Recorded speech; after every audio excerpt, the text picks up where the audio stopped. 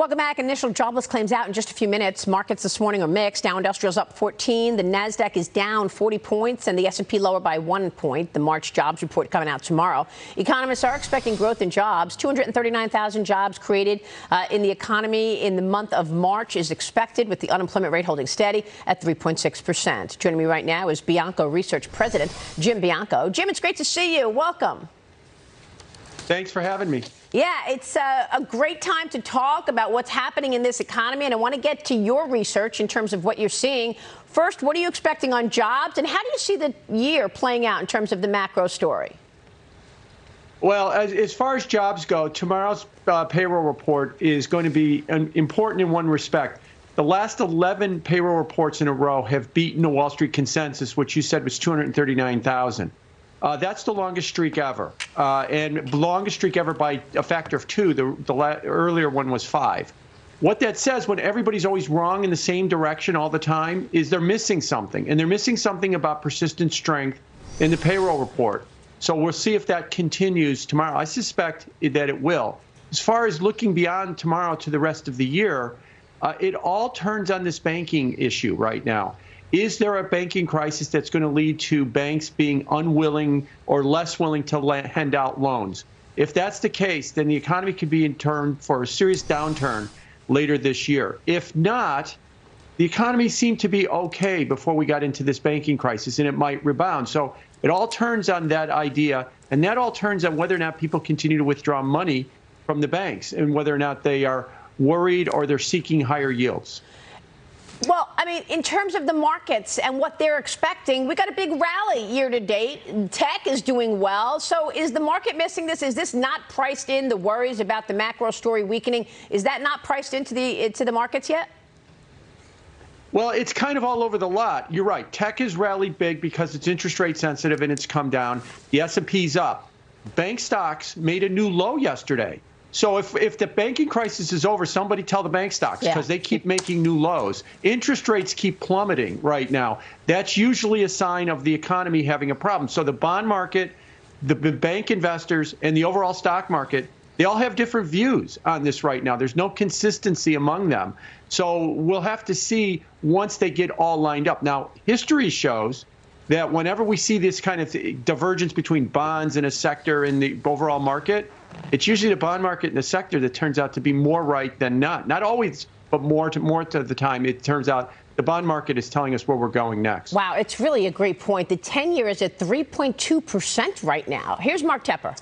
Hey, Jim, my take is that the real banking crisis is still to come, especially when you look at the smaller regional banks, specifically with regards to their exposure to commercial real estate loans, which, by the way, $1.4 trillion of commercial real estate mortgages come due this year and next year. Those are all going to have to be refinanced at higher rates. They're going to have to be refinanced with lower appraisals, which affect LTV ratios.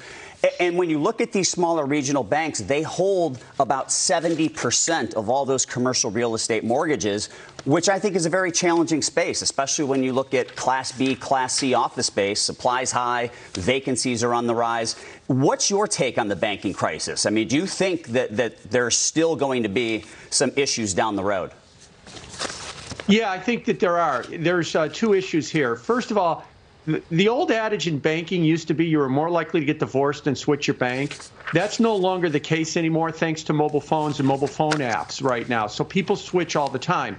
So if banks want to continue to offer 0 or 1 basis point, as Chase does, in a savings account, and you could take 5 minutes on your phone and move your money to a money market fund that's yielding 4.5 to 5 and pick up, thousands of dollars a year, that is the rational thing to do. Money will continue to leave banks. It won't be a hemorrhage to cause a failure, but week in, week out, they'll leave the banks. If that continues to happen, their ability to hand out loans will be impaired. Then you turn to the real estate market. And when you see all of these real estate loans that are coming due, these lower appraisals, the problems in the real estate market, and then you add on the bankers like, well, I just don't have the capacity to continue to lend on top of everything else.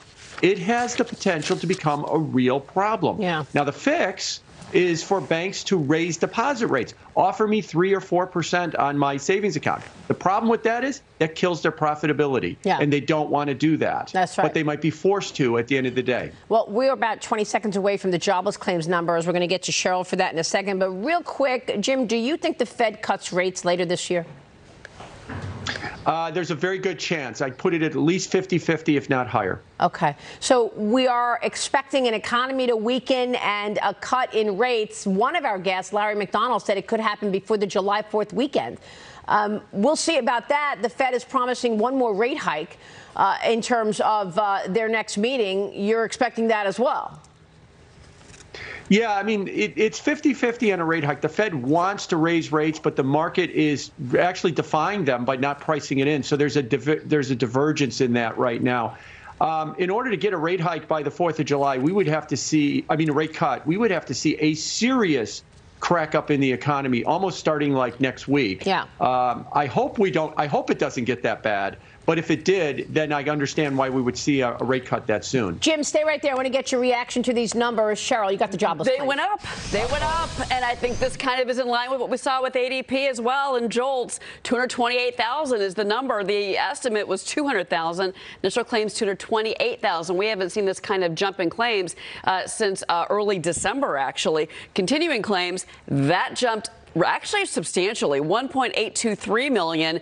The estimate was only 1.699 million. And remember, the ADP number, that came in at 145, not the 200,000 estimate. And then you've got this expectation for what we're going to see tomorrow. You know, and Jim, really quick, I want to ask you about claims, but I am curious about the banks. You know, we're coming into these earnings, Jim. What are you expecting from the banks? What kind of commentary do we need to look for to help us telegraph where we're at?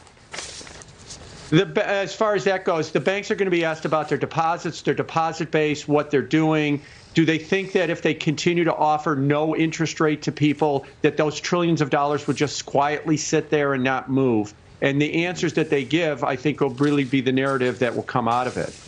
We got the 10-year at 3.278%, down 3.7 basis points. Initial jobless claims worse than expected. What's your reaction to these numbers, Jim, and ahead of the jobs number tomorrow?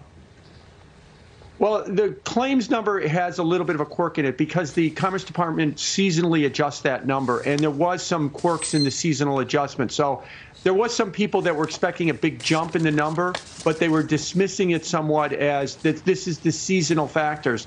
But now you said that continuing claims jumped. That isn't as seasonally adjusted. So there might be some underlying weakness beyond just the statistical quirks that we saw with this week's number. And any technicals that you have noted that stand out to you right now? Yeah, probably right now, looking at the 2-year note yield, because that usually is a proxy for Fed policy. It's down around, as you pointed, 3.6%. If it gets under 3.55, which is the low that it's been since the banking crisis started, that is a powerful signal that the market is saying, Jay Powell, you're not only done raising rates, but you might be closer to where Larry McDonald is in talking about cutting rates a lot sooner than you think. All right, Jim. Thanks very much. Good to see you. Jim Bianco joining us. We'll be right back.